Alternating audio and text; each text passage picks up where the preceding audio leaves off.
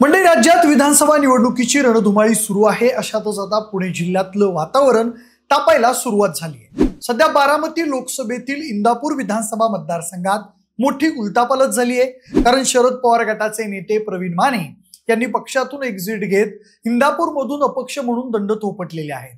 त्यांचा भाजपातून शरद पवार गटात आलेल्या हर्षवर्धन पाटील यांच्या उमेदवारीला विरोध होता. कारण त्यामुळं स्थानिक निष्ठावंत नेत्यांची गळचेपी केली जाते असं त्यांचं मत होतं. दरम्यान अजित पवार गटाकडून इंदापूरचे विद्यमान आमदार दत्तमामा भरणे यांना तिकीट जाहीर झालेलं आहे. त्यांच्या विरुद्ध माजी मंत्री राहिलेले हर्षवर्धन पाटील यांना शरद पवार गटाकडून संधी मिळेल असं बोललं जात आहे.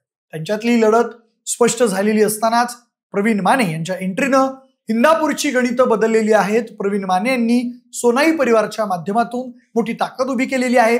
मानेंची ताकद माहिती असल्यानेच लोकसभा निवडणुकीच्या आधी उपमुख्यमंत्री देवेंद्र फडणवीस यांनी प्रवीण माने यांच्या घरी जाऊन त्यांची भेट घेतली होती.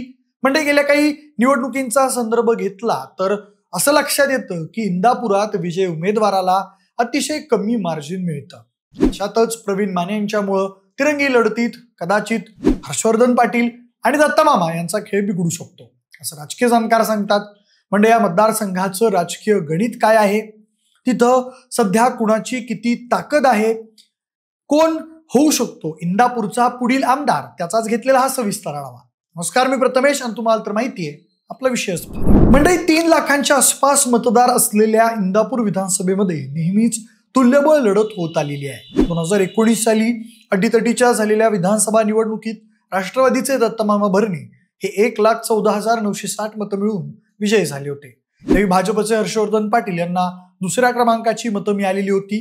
त्यावेळी त्यांच्यातील विजयाचं अंतर फक्त 3,110 मतांचं होतं. शिवाय त्याआधी 2014च्या विधानसभा निवडणुकीत राष्ट्रवादीचे दत्तमामा भरणे हेच 1,08,400 मते मिळून विजयी झाले होते. त्यावेळी काँग्रेस पक्षात असलेले हर्षवर्धन पाटील यांना दुसऱ्या क्रमांकाची मतं मिळाली. त्यावेळी त्यांच्यातील विजयाचं अंतर फक्त 14,173 मतांचं होतं. म्हणजे या दोन्ही निवडणुकीत लढत एकदम अटीतटीची झाली होती आणि दोन्ही वेळी या मतदारसंघातून जवळपास तब्बल 75% आसपास मतदानही झालं होतं.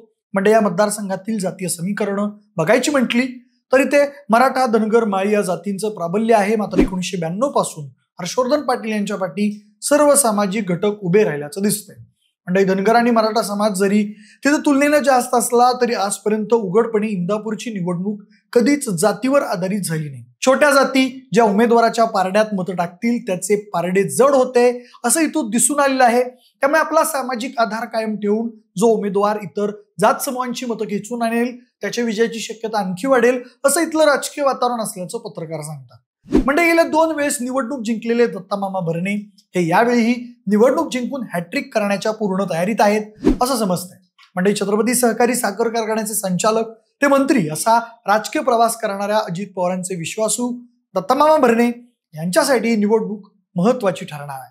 दत्तमामा हे अजित पवारांच्या खास मर्जीतील आहेत. महाविकास आघाडीचे सरकार आलं तेव्हा त्यांना मंत्रिपदाची लॉटरी लागली होती. शिवाय सोलापूरचं पालकमंत्रीपद देखील मिळालं होतं. दरम्यान लोकसभेला त्यांनी सुनेत्रा पवारांना लीड देण्यासाठी प्रयत्न केले. मात्र लोकसभेचं वारं महाविकास आघाडीच्या बाजूने होतं आणि 2019 मध्ये दत्तमामांनी अवघ्या 3,000 मतांनी हर्षवर्धन पाटील यांचा पराभव केला होता. यंदा अजित पवार गटाकडून तेच निवडणुकीच्या रिंगणात आहेत. मात्र यावेळी त्यांच्यासमोर हर्षवर्धन पाटील आणि प्रवीण माने हे 2 तगडे उमेदवार असणार आहेत. पण असं असलं तरी जातीय समीकरण दत्तमामांसाठी फारशी अनुकूल नसतानाही त्यांनी 2 वेळा विजय खेचून आणला आहे. त्यामुळे अटीतटीची लढत ही त्यांच्यासाठी नवीन नाही. त्यासोबतच गेली 10 वर्ष आमदार असल्यामुळे त्यांची इथली राजकीय ताकदही बऱ्यापैकी वाढल्याचं सांगण्यात येतं. शिवाय मंत्री असताना त्यांनी आपल्या कार्यकर्त्यांना बळ दिल्याचं राजकीय जाणकार सांगतात. पण सध्या अजितदादांनी शरद पवारांची साथ सोडली या गोष्टीमुळे त्यांच्या विरोधात मतदारसंघात नाराजी आहे. त्यामुळे भरणे विरुद्ध माने विरुद्ध पाटील अशी तिरंगी लढत झाल्यावर मतविभाजनाचा फटका कोणाला बसणार यावरच त्यांच्या विजयाचं गणित अवलंबून असेल असं स्थानिक राजकीय जाणकार सांगतायत. म्हणजे आता आपण चर्चा करूयात माजी मंत्री हर्षवर्धन पाटील यांच्याबाबत.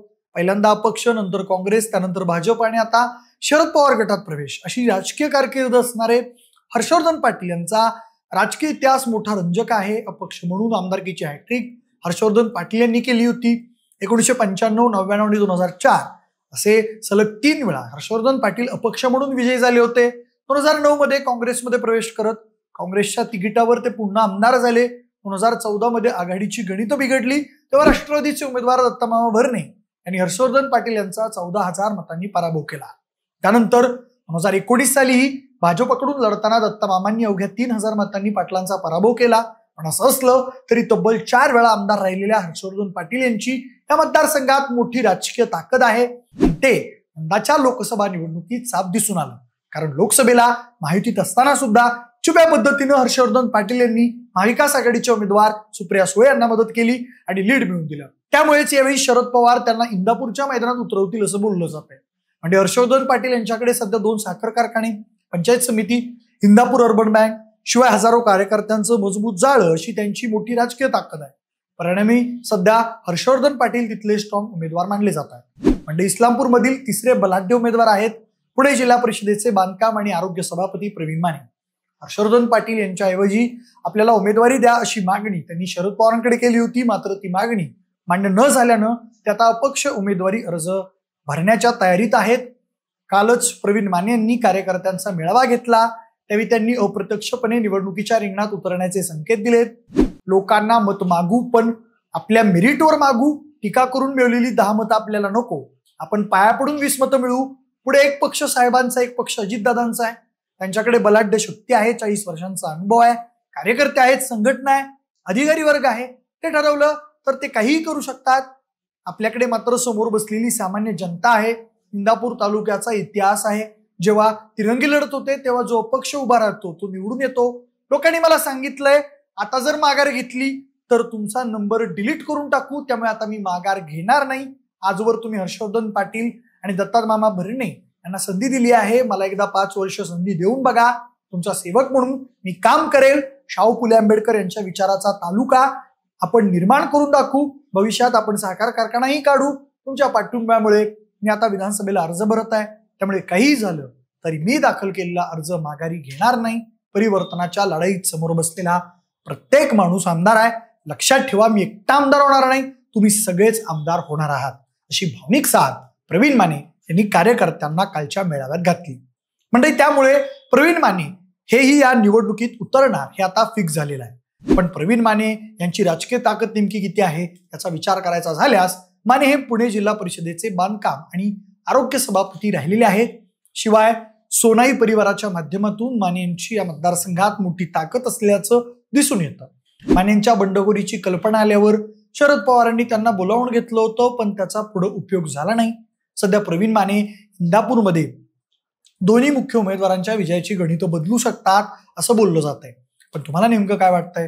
हर्षवर्धन पाटील आणि दत्तमामा भरणे यांच्या लढतीत प्रवीण माने यांची एंट्री कुणासाठी धोकादायक ठरेल? कोण होईल इंदापूरचा पुढील आमदार? तुमची मतं आम्हाला कमेंट करून नक्की सांगा. जर हा व्हिडिओ आवडला असेल तर लाईक आणि शेअर करा. सोबतच आपल्या विशेष भारी या युट्यूब चॅनलला देखील सबस्क्राईब करायला अजिबात विसरू नका. आणि जर हा व्हिडिओ तुम्ही फेसबुकवर पाहत असाल तर आपल्या फेसबुक पेजलाही फॉलो करायला अजिबात विसरू नका. धन्यवाद.